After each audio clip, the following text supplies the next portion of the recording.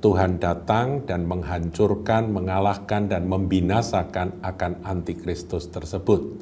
Nah, setelah itu, what's next? Berikutnya apa yang terjadi? Tuhan Yesus akan mendirikan kerajaan 1000 tahun. Nah, saudaraku, kita akan belajar tentang kerajaan 1000 tahun tersebut. Shalom saudaraku, masih tentang akhir zaman.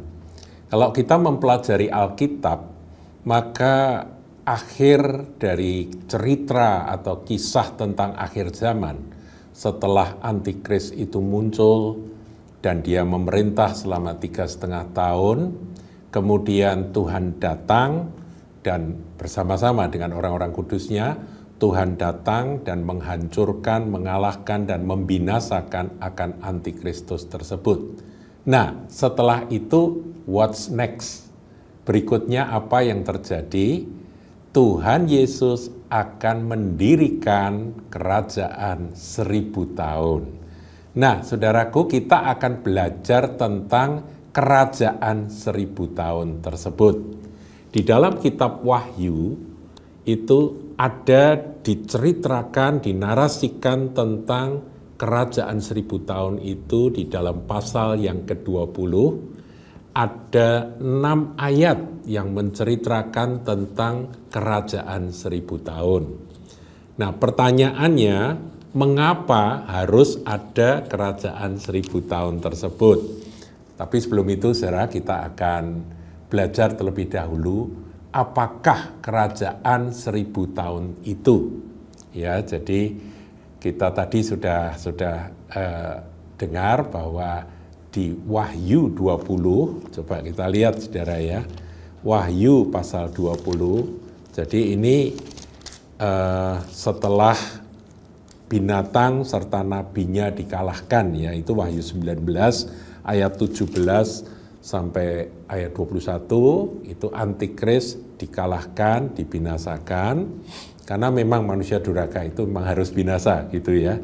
Nah, sekarang masuk perikop Wahyu 20. Nah, 6 ayat dari Wahyu 20 ini, kalau saudara baca, di situ diceritakan, dinyatakan tentang akan datangnya kerajaan 1000 tahun. Nah, kerajaan 1000 tahun adalah apa, saudaraku? Sebuah kerajaan yang diperintah oleh Kristus dan orang-orang kudusnya di bumi ini. Jadi ini bukan sorga, saudara. Ini di dunia. Jadi ini sesungguhnya merupakan penggenapan sempurna, ya, jawab sempurna dari doa Bapa kami yang Tuhan Yesus ajarkan. Datanglah kerajaanmu, jadilah kehendakmu di bumi, ya seperti di sorga. Nah, itu akan terjadi kapan, saudara? Nanti pada waktu kerajaan 1000 tahun itu didirikan oleh Tuhan. Diperintah oleh Tuhan. Bumi diperintah oleh Tuhan Yesus Kristus dan orang-orang kudusnya. Nah, saudara, jadi kerajaan 1000 tahun itu ada di bumi, diperintah oleh Tuhan Yesus. Nah, sekarang pertanyaan, mengapa kerajaan 1000 tahun itu harus ada? Ini sebuah pertanyaan yang perlu kita gali, ya, kita dalami dari firman Tuhan. Saudara, kita tahu bahwa firman Tuhan itu kekal. Artinya tidak akan berlalu sebelum tergenapi. Ya, langit dan bumi akan berlalu, tetapi firman Tuhan itu tidak akan berlalu sampai tergenapi. Nah, saudara, ada rencana Allah yang tertulis di dalam firman Tuhan, dan kita tunggu penggenapannya. Ya, nanti kita akan gali secara lebih mendalam apa saja itu, saudaraku, ya. Jadi firman Tuhan harus tergenapi. Yang pertama, Tuhan Yesus Kristus harus duduk di atas tahta Daud. Nah, ini sudah ada di dalam firman Tuhan. Lukas 1 ayat yang ke-31 dan 32. Ya, ini adalah pemberitahuan tentang kelahiran Tuhan Yesus, saudara. Saya bacakan. Sesungguhnya engkau akan mengandung dan akan melahirkan seorang anak laki-laki. Ini adalah firman yang disampaikan oleh Gabriel kepada Bunda Maria. Dan hendaklah engkau menamai dia Yesus. Tuhan dan Juru Selamat kita ya. Ayat 32, ia akan menjadi besar dan akan disebut anak Allah yang maha tinggi. Dan Tuhan Allah akan, perhatikan, Tuhan Allah akan mengaruniakan kepadanya, kepada anak yang lahir itu, pada Yesus Kristus Mesias, Juru Selamat kita itu, akan dikaruniakan kepadanya tahta Daud. Jadi Tuhan Allah akan mengaruniakan kepadanya tahta Daud, bapa leluhurnya. Kemudian ayat 33, dan ia akan menjadi raja atas kaum keturunan Yakub sampai selama-lamanya, dan kerajaannya tidak akan berkesudahan. Saudara, menjadi pertanyaan kita, apakah Tuhan Yesus sudah menggenapi akan ayat ini? Ya, Tuhan lahir, kemudian dia menyatakan diri kepada umat Israel di usia 30 tahun. Dia membuat tanda-tanda heran, dia melakukan mujizat-mujizat yang membuktikan bahwa dia adalah ilahi, saudara ya. Dia mengajar dengan kuasa Roh Kudus, dan itu dilakukan oleh Tuhan Yesus, saudara. Selama 3,5 tahun, dan puncaknya Tuhan Yesus menyelesaikan karya penebusan bagi umat manusia, yaitu naik ke kayu salib sebagai anak domba yang dikorbankan. Itulah Tuhan Yesus. Dan memang di kayu salib itu ada tertulis, inilah Raja orang Yahudi, begitu ya, yang sering disingkat dengan INRI itu, saudara. Tetapi apakah Tuhan Yesus benar-benar sudah menjadi Raja seperti yang dinubuatkan ketika Gabriel menyampaikan firman kepada Bunda Maria itu? Saya ulangi ya, dikatakan, dan Tuhan Allah akan mengaruniakan kepadanya tahta Daud, bapa leluhurnya. Dikatakan kerajaannya tidak akan berkesudahan. Apakah ini sudah tergenapi, saudara? Jawabnya tegas, belum, saudara ya. Tuhan Yesus pakai mahkota, karena dia raja, mahkotanya justru mahkota duri. Satu kehinaan.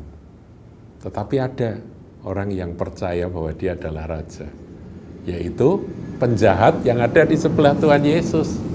Ada 2 penjahat ya. Yang satunya berkata, Tuhan, ingatlah aku kalau engkau datang sebagai raja. Jadi Roh Kudus menjamah dia sehingga dia melihat Yesus yang terpentang di kayu salib. Ternyata dia adalah raja dan dia percaya. Nah, kita pun percaya bahwa Tuhan Yesus adalah Raja. Namun demikian, ayat ini harus tergenapi, saudaraku. Bahwa Tuhan Yesus akan duduk di tahta Daud. Nah, itu nanti akan tergenapi di dalam kerajaan 1000 tahun. Ya, Antikris muncul, Tuhan datang, Antikris dikalahkan, dan Tuhan akan mendirikan kerajaan 1000 tahun. Kita akan lihat, saudaraku, dalam Wahyu 20 ya. Ini kan tadi ada 6 ayat, ada 5 kali disebut 1000 tahun lamanya begitu ya. Itu 5 kali dalam 6 ayat ini. Tetapi kita akan lihat 1 ayat saja. Ayat 6. Berbahagia dan kuduslah ia yang mendapat bagian dalam kebangkitan pertama itu. Jadi yang memerintah bersama Kristus itu yang beroleh kebangkitan yang pertama. Kematian yang kedua tidak berkuasa lagi atas mereka, tetapi mereka akan menjadi imam-imam Allah dan Kristus, dan mereka akan memerintah sebagai raja bersama-sama dengan dia 1000 tahun lamanya. Saudara, pada kesempatan yang lain nanti saya akan jelaskan seperti apa kerajaan 1000 tahun itu. Itu semua ada di dalam Alkitab, saudara. Selain itu tadi ya, bahwa kerajaan 1000 tahun itu memang harus didirikan karena itu adalah janji firman Tuhan yang harus tergenapi, saudara. Harus tergenapi. Yaitu Dia, Yesus Kristus Tuhan. Kita harus duduk di atas tahta Daud.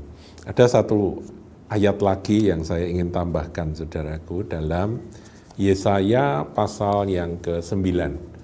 Ini adalah ayat-ayat mesianik, yaitu tentang Sang Mesias yang akan datang. Pada waktu itu, kurang lebih 700 tahun before Christ, Nabi Yesaya mendapat pewahyuan yang luar biasa, yaitu tentang apa yang akan terjadi ketika Sang Mesias itu datang. Nah, ayat yang kelima, saudara, ini adalah ayat yang biasa dipakai untuk khotbah-khotbah Natal. Saya bacakan ya. Sebab seorang anak telah lahir untuk kita, seorang putra telah diberikan untuk kita, lambang pemerintahan ada di atas bahunya. Ya. Dan namanya disebutkan orang, penasehat, ajaib, Allah yang perkasa, El Gibor, Bapa yang kekal, Raja damai. Itulah Tuhan Yesus. Bayi yang lahir itu, putra yang diberikan untuk kita, anak yang lahir untuk kita. Ya, kita tahu lambang pemerintahan yang ada di atas bahu itu adalah salib yang dipikulnya. Tetapi ayat 6, saudara, ini belum tergenapi kalau ayat 6 ini. Kalau ayat 5 sudah tergenapi, Yesus sudah datang, dia sudah memikul salib, dia sudah naik ke kayu salib untuk menyelesaikan karya penebusan bagi kita orang-orang berdosa. Ayat 6, besar kekuasaannya dan damai sejahtera tidak akan berkesudahan di atas tahta Daud dan di dalam kerajaannya, karena ia mendasarkan dan mengokohkannya dengan keadilan dan kebenaran dari sekarang sampai selama-lamanya. Ini belum tergenapi, yaitu Tuhan Yesus Kristus duduk di atas tahta Daud dan memerintah. Bahkan pada waktu Tuhan Yesus naik ke surga, saudaraku, ya, sampai Tuhan Yesus naik ke surga, tahta Daud belum didudukinya. Nah, itulah yang dipertanyakan oleh murid-murid di dalam Kisah Para Rasul 1. Ya, kita lihat ini yang kedua, saudara. Yang pertama adalah dia harus duduk di tahta Daud, dan itu belum. Jadi ini harus tergenapi. Yang kedua, kita akan lihat di dalam Kisah Para Rasul 1, saudara ya, ayatnya yang ke-6. Maka bertanyalah mereka yang berkumpul di situ. Ini menjelang Tuhan Yesus diangkat ke sorga. Tuhan, maukah engkau pada masa ini memulihkan kerajaan bagi Israel? Jawabnya, engkau tidak perlu mengetahui masa dan waktu yang ditetapkan Bapa sendiri menurut kuasanya.